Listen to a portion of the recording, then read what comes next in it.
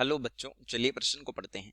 नीचे दिए गए कार्बोनेट में से कौन सा कार्बोनेट वायु में अस्थायी होता है और जिसे अपघटन से बचाने के लिए CO2 परिमंडल में रखा जाता है। ABCD 4 विकल्प है, सही विकल्प का चयन करना है। तो चलिए प्रश्न की मुख्य अवधारणा पे बात करते हैं। मुख्य अवधारणा देखिए, आयनिक यौगिकों का तापीय जो स्थायित्व होता है ये समानुपाती होता है जालक ऊर्जा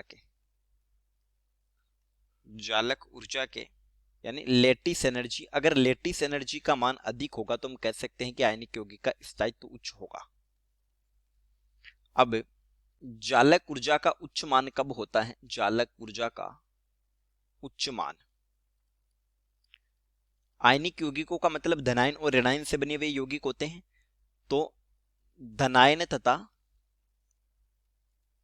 ऋणायन का आकार जब लगभग बराबर हो,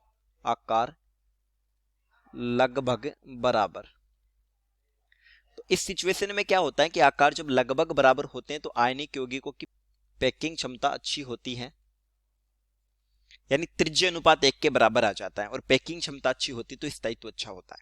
एक हमें दिया है BeCO3, एक दिया है MgCO3, एक दिया है CaCO3, एक दिया है BaCO3।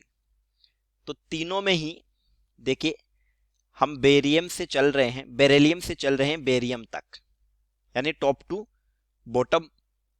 तो इस स्थिति में जो साइज होती है धनायन की वो बढ़ेगी, धनायन की साइज बढ़ेगी। यहां ऋणायन तो फिक्स है, कार्बोनेट CO3-2 ये ऋणायन है।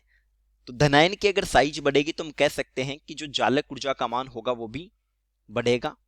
तो ये जो क्रम हो जाएगा वो लेटिस एनर्जी का क्रम हो जाएगा। तो यहां पर BeCO3 की जालक ऊर्जा लेटिस एनर्जी कम होगी, तह स्थायित्व कम होता है, इसलिए इसका तापीय अपघटन हो जाता है और BeCO3 टूट जाता है BeO+CO2 में। इसलिए इसको CO2 के अक्रिय वातावरण में रखा जाता है। BeCO3 का स्थायित्व कम है, अतः इसे CO2 के वातावरण में रखते हैं। ए विकल्प हमारे प्रश्न का सही उत्तर हो जाएगा, उत्तर ए। चलिए, उम्मीद करता हूं प्रश्न समझ आया होगा। धन्यवाद।